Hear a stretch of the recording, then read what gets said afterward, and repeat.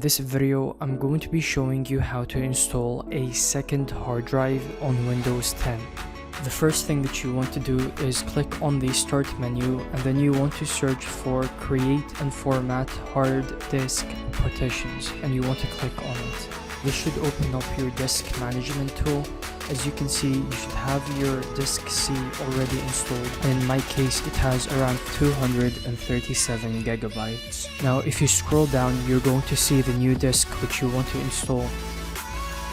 You just want to right click on it and click on New Simple Volume. Click on Next.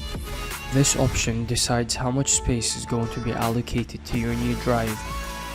You want to leave this at the default and then click on Next. Over here, they're going to give you an option to assign a certain letter to your new disk. Now you will probably have more options than I do here. For example, you might have disk drive D and disk drive F. I'm just going to choose the letter G for games. Click on Next. Over here, you want to leave everything at the default. The only thing that you want to change is the volume label. This will be the actual name of your disk drive. In this case, I'm just going to name it Games. Click on Next, and then click on Finish. And now Windows should begin installing your new hard drive.